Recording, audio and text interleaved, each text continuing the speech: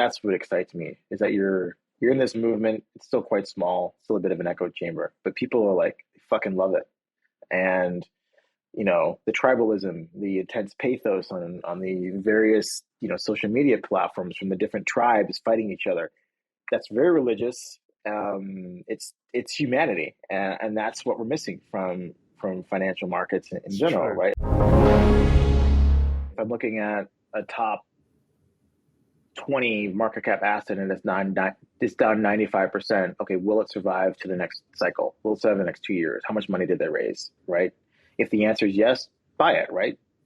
Worst case, goes down to zero. But best case goes up 10x, 20x, right? Just from going from, if it went from 100 to 1 and it goes from 1 to 10, I made it 10x. Still isn't anywhere near where it was, but I'm just playing the rebound, right? And so that on the rebound of crypto, when the next cycle begins, everything that fell the most is going to rise the most just by the path dependency of how returns work. And so, yeah, just throw some change in a bunch of these things. Most of them will fail. You don't really care. It's really just a numbers game. Yeah, exactly right. So let's talk a little bit about yield, because you were one of the people to write a lot about this, and I've written a lot about this. I still think the market is underestimating what having a benchmark yield rate is from Ethereum, because we've kind of established it's like, okay, this is the kind of value protocol for the internet right now, right? So there's no real challenger for that. Bitcoin has no yield. It's not what Ethereum is. So here's a benchmark rate. You and I know everything in the world, in the real world, in the physical world, is priced treasuries or LIBOR plus, right?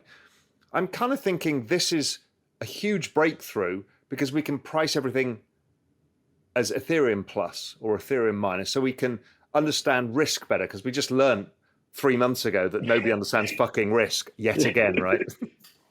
So that's how I'm thinking. How are you thinking this yield plays out? Because I think this leads to another explosion in DeFi, meaning positive explosion, because we've now got something to get our teeth into, which is a yield that makes sense.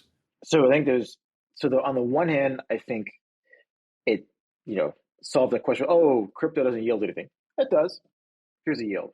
Now the other detraction is, well, at 4% or 5%, it's basically just that treasuries, right? So you're not really going to, if the interest rates are high in the TradFi world, you're not really going to see the hedge fund manager be like, okay, treasuries at zero, Ethereum's at 4%, so maybe I should structure some trading into ETH.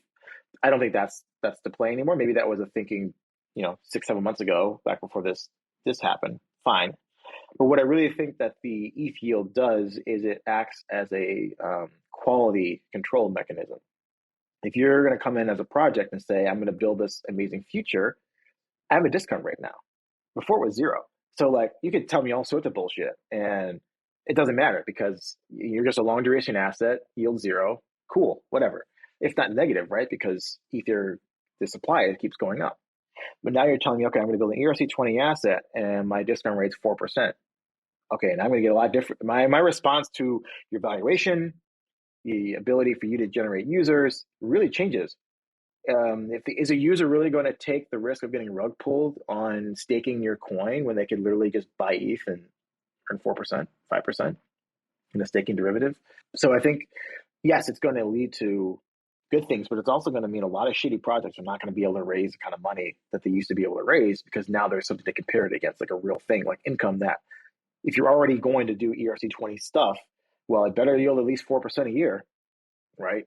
And I think that's going to be good for investors, right? It's going to be good to filter out things that were obviously never going to work, but you had to like play around with it first to figure that out. Versus, okay, I can get this thing at a more attractive valuation because these guys know that there's a hurdle right now. There's some competition. And I also think, much like we look at emerging market yields, we need to look at kind of vol-adjusted returns of the currency underlying and adjust the yield accordingly. Because, if you're going to hold the Brazilian real, it's a volatile currency and you want a high yield for that. If you want to hold the US dollar, you can accept a lower yield, or the euro for that matter. And I think we need to get to that as well, where we can start kind of vol-adjusting, checking the yield and saying, there's excess return here or there isn't. Yeah, exactly. But yeah, I don't think in and of itself because treasuries are now 4% at some points of the curve, that just ETH having a 4% yield is this massive thing now because I can make that easily in other areas. Yeah, but it does also mean, for example, institutions never bought gold, really. Even though the gold people wanted them always to buy it, they never did, right? Because it had no yield. And they're like, we've got pension liabilities to fund, and this doesn't help us because if it doesn't go up for 5 years, we don't get anything. So right now, they were all looking at Bitcoin. That was the route of entry. Now, if you're a big pension plan, Ethereum, you can do that. Sure, you don't get excess returns right now versus treasuries, but at least you've got a yield. So you get the access to the technology, as you said, but with a yield. I mean, it kind of, if your mental model of Bitcoin was technology plus liquidity, you've got technology plus liquidity and a yield compensation, which is kind of interesting. Yeah, I think it's going to be great, and it's going to start the real types of DeFi fixed income products that we need to see. Not, hey, let me go lend money at €3 in Celsius and blow up because they have risk management. That was the yield that we had. Like that was our iteration of like fixed income in crypto, right? But now we get to have a real on-chain, native to the protocol fixed income. And I'm just really excited for the types of products that people are going to come up with to sort of take that yield and move it around and take the risks and share them around the ecosystem. It's going to be really interesting to see the different types of protocols that are now going to be enabled and be popularized because we have this staking yield of ETH. Yeah, I mean, one of the things I've been looking at is the old game we used to all play in equity derivatives was guaranteed funds. Because now you've got a yield, you can own ETH and you can buy puts. And so therefore you've got a limited downside. All of those the simple structured products are all available now, which weren't available before and it's impossible to do in Bitcoin, for example. Yeah, so I think it's going to be great. And obviously the price of ETH isn't reflecting this right now because we have, overriding liquidity concerns. But I do think, assuming that the upgrade, continues to go well, you have these interesting things that are going to create new businesses for the entire ecosystem, which might not be completely apparent today, it might take 6 to 12 months for people to really, oh, okay, now I get it. There are these new primitives that are completely, they owe their existence to the fact that there is this yield that I can count on if I stake my ETH. Where do you think we are in the crypto cycle? Obviously, it's related to the macro cycle, but it should be more forward-looking. Are you of the opinion now, you're a trader, you can change your mind, I have no issue with that. Yeah. But do you think the lows are mainly in? How are you, what's your kind of structural bias now? I think we're chopping around the bottom. Do we hold 17,500 on Bitcoin? Maybe, maybe not. Do I think it goes much lower than that if it does break? Probably not. My whole thing is like, okay, who's selling physical? We had a classic, credit crunch, just like every other asset class. It could be in Asia in 1998. I could have been in Mexico in 94. I could have been in Argentina. It's all the same. Similar sort of behavior. Tide went out. Everybody went bankrupt. And you had forced selling. And, I monitor some of the like Aave Compound, MakerDAO, like all the DeFi protocols that have like forced liquidations. And you're seeing most of that curve was in the 1,000 to 2,000 bucket. And after, mid-June of this year, it's shifted down to the $7,600 bucket. So I'm like, okay, well, and then you think about, okay, who's gone bankrupt?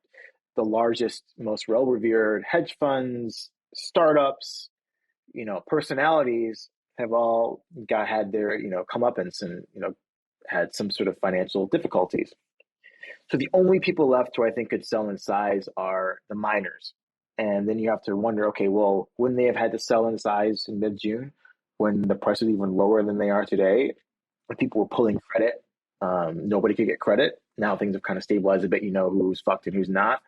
So my view is that I'm trying to think of like a cohort that didn't have to sell a month and a half ago, 2 months ago, who now needs to sell today because we're back at the same level. And I just don't see that sort of intensity, which leads me to believe that we're just chopping around the bottom. We might not be here for a while. We might be here for a while. That doesn't mean that we're going up anytime soon, but I just don't know who else has Democracy's sword over their head who has to sell today.